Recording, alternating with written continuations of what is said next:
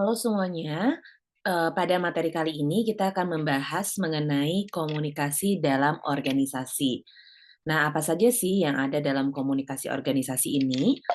Yang pertama adalah, kita berbicara dulu mengenai apa yang dimaksud dengan komunikasi. Nah, kalau misalnya kita bisa artikan secara sederhana, sebetulnya komunikasi itu adalah memberikan pesan dari komunikator kepada komunikan, di mana komunikasi ini bisa menggunakan media atau tanpa media.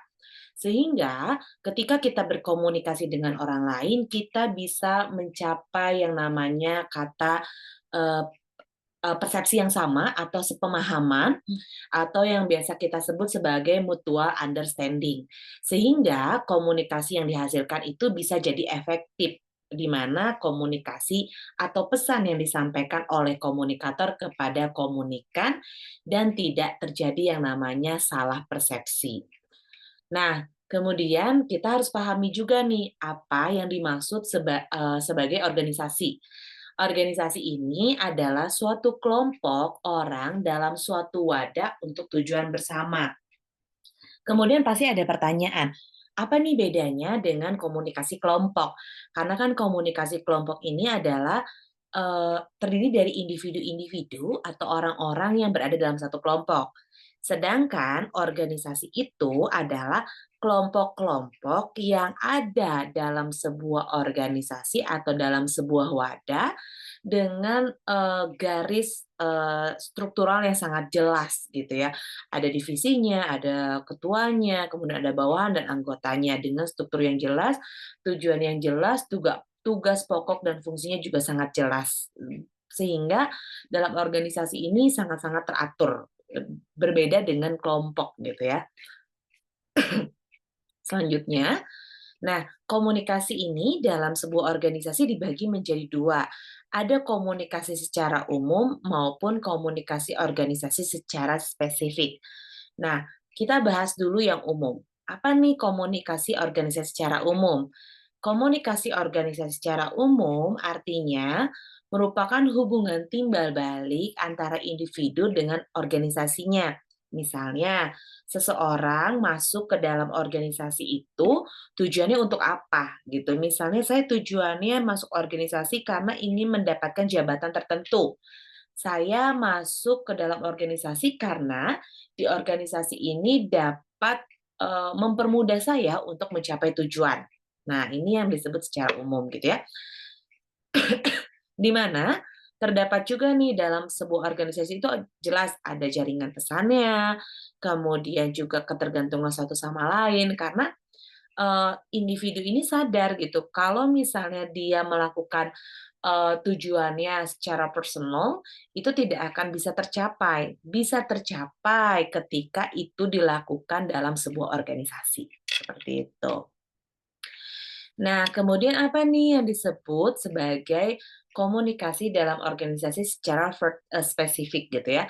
Nah, eee komunikasi organisasi secara spesifik ini lebih melibatkan kepada apa ya, arus pesan dalam suatu jaringan organisasi baik secara vertikal maupun horizontal dengan sifat saling ketergantungan. Artinya gini, kalau misalnya secara vertikal atau horizontal adalah kita jelas gitu ya, bagaimana komunikasi kita dengan orang-orang atau para anggota yang ada di sekitar kita, atau komunikasi antara atasan dan bawahannya jelas. Karena kadang ketika kita melakukan komunikasi secara berkelompok, komunikasi vertikal dan horizontalnya tidak, berjalan semestinya gitu, karena tidak ada garis struktural tersebut gitu ya. Tapi kalau misalnya kita berkomunikasi dalam organisasi, maka garis garis komunikasinya itu jelas. Bagaimana cara menyampaikan komunikasi secara horizontal antara atasan dan bawahan maupun secara vertikal antara, para anggotanya, seperti itu. Nah, kemudian juga kita berbicara tentang komunikasi verbal. Nah, komunikasi verbal ini adalah jelas komunikasi yang menggunakan, kata-kata, baik secara lisan maupun, tulisan. Jangan salah paham ketika kita berbicara tentang komunikasi verbal, itu bukan berarti komunikasi yang secara lisan saja. Tapi komunikasi secara tulisan juga disebut sebagai komunikasi verbal. Nah, ini, 2 pembeda, yaitu komunikasi lisan dan tulisan, di mana komunikasi lisan ini artinya kita berkomunikasi, menggunakan, suara atau secara verbal, di mana biasanya pembicaraan ini meliputi terkait persetujuan, kebijaksanaan, memajukan penjualan, menghargai orang dalam organisasi, menyampaikan kata-kata yang positif kepada orang-orang yang ada dalam organisasinya. Nah, ini yang disebut dengan komunikasi secara lisan. Sedangkan kalau misalnya komunikasi secara tulisan, itu artinya terkait ada surat di dalamnya, kemudian juga ada memo, petunjuk, dan lain sebagainya. Sehingga tulisan-tulisan ini membantu, para organisasi di dalamnya untuk bisa saling memahami instruksi dari atasan, misalnya seperti itu. Makanya kenapa ada gambar, ada laporan, ada surat memo, dan lain sebagainya. Next, di sini ada fungsi pesan dalam organisasi. Di sini sebetulnya ada 5, ada 4 ya fungsi, pesan dalam organisasi. Nah, yang pertama kita sebut sebagai fungsi tugas. Di fungsi tugas itu adalah di mana pesan-pesan yang berkenaan dengan pelaksanaan tugas dan informasi. Jadi kalau misalnya dalam sebuah organisasi, kita tidak bisa hanya menggunakan bahasa verbal saja, tapi juga harus menggunakan bahasa tulisan, di mana bahasa tulisan itu mempermudah dan memperjelas tugas-tugas yang diberikan kepada para anggotanya. Nah, kemudian ada fungsi pemeliharaan. Fungsi pemeliharaan ini biasanya lebih kepada aturan-aturan apa saja yang ada dalam organisasi tersebut dan bagaimana cara mengaturnya. Jadi kalau misalnya tidak ada aturan, kemudian tidak ada informasi tugas yang jelas atau misalnya, pemeliharaannya seperti apa, maka, organisasi itu tidak akan berjalan dengan semestinya. Karena kenapa? Mereka tidak, stick on rule dengan, aturan-aturan yang ada dalam organisasi tersebut, sehingga makanya perlu nih ada kebijaksanaan bagaimana cara menyusunnya dengan cukup baik. Nah, kemudian juga ada yang disebut dengan fungsi kemanusiaan.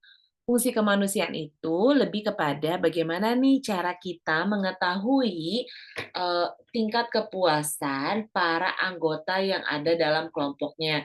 Nah, tingkat kepuasan itu beda-beda gitu ya. Kenapa sih bisa berbeda tergantung dengan, kepuasan orang-orang yang ada di dalamnya. Biasanya fungsi pesan yang dilakukan adalah dengan menggunakan, kritik, dengan menggunakan, surat suara gitu ya, ada kritik dan saran, kemudian juga bisa menggunakan misalnya angket untuk mengetahui nih kira-kira orang-orang yang ada dalam, organisasi tersebut puas tidak ya bekerja dalam organisasinya atau bergabung dalam organisasinya. Nah, kemudian yang keempat, ada yang disebut dengan fungsi pembaharuan.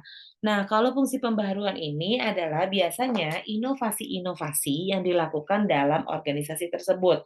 Nah, inovasi-inovasi ini perlu dilakukan untuk mengetahui kira-kira seberapa besar ya pengaruh orang-orang yang ada dalam organisasi tersebut untuk dapat meningkatkan, mmm efektivitas program-program yang ada. Jadi ini sejenis, inovasi-inovasi apa saja sih yang harus dilakukan dalam organisasi tersebut supaya, dapat meningkatkan, kualitas layanan atau misalnya performansi yang ada dalam, organisasi tersebut, seperti itu. Performansi itu lebih kepada gimana sih semua orang supaya orang-orang yang ada dalam organisasi ini dapat puas, organisasi juga makin maju. Nah, biasanya seperti itu. Nah, kemudian jaringan komunikasi itu ada, yang disebut dengan jaringan komunikasi formal. Jaringan komunikasi formal ini tentu dengan menggunakan struktur organisasi yang jelas. Nah, struktur organisasi yang jelas ini berdasarkan struktural yang ada. Makanya kenapa nih dalam, sebuah organisasi pasti ada yang namanya, organigram gitu ya, atau misalnya struktur organisasi, fungsi struktural dan lain sebagainya supaya tahu gitu ya, kira-kira seperti apa nih jaringan komunikasinya. Nah, Kemudian ada yang disebut dengan jaringan komunikasi informal. Jaringan komunikasi informal adalah jaringan organisasi yang dilakukan para anggota organisasi di dalamnya secara informal. Artinya misal, kalau misalnya di kantor atau dalam organisasi kita tahu nih kalau dia itu atasan kita tahu kalau dia ketua kita tahu kalau misalnya dia memiliki posisi penting dalam organisasi kita. Nah, komunikasi informal itu adalah komunikasi yang dilakukan di luar organisasi, misalnya pergi nonton bareng, pergi makan bareng, tanpa membahas pekerjaan-pekerjaan yang ada dalam organisasinya. Itu yang disebut dengan komunikasi, jaringan komunikasi secara informal. Sebetulnya penting nih bagi setiap anggotanya atau pimpinannya paham gitu ya, bagaimana, fungsi-fungsi atau tugas-tugas yang ada dalam organisasinya sehingga tidak mencampur adukan, eee, kegiatan atau aktivitas yang ada dalam organisasinya, dengan aktivitas di luar organisasinya. Biasanya berpikir seperti, "Oh ya sudah dia kan kakak saya, oh dia kan, ayah saya," atau, "Oh dia kan ibu saya, jadi saya santai aja," nggak bisa seperti itu. Jadi kalau misalnya dalam sebuah organisasi, kita harus strict on rules, kalau misalnya dia, di kantor adalah atasan kita, maka kita harus menghormatinya sebagai atasan kita. Tapi kalau misalnya, di luar dia ada teman kita atau misalnya keluarga kita ya, kita, mengabaikan atau melepaskan, apa ya, eee, atribut-atribut dalam diri kita sebagai, atasan yang ada dalam sebuah organisasi, seperti itu. Sehingga nanti, eee, kit iklim organisasinya dapat tercapai dengan baik. Kenapa? Karena ya tadi, bisa memisahkan peran-peran yang ada di dalamnya, seperti itu. Sip, materinya sudah selesai seperti biasa. Kalau misalnya ada hal-hal yang kurang dimengerti atau kurang dipahami, nanti bisa ditanyakan di ruang kelas. Terima kasih.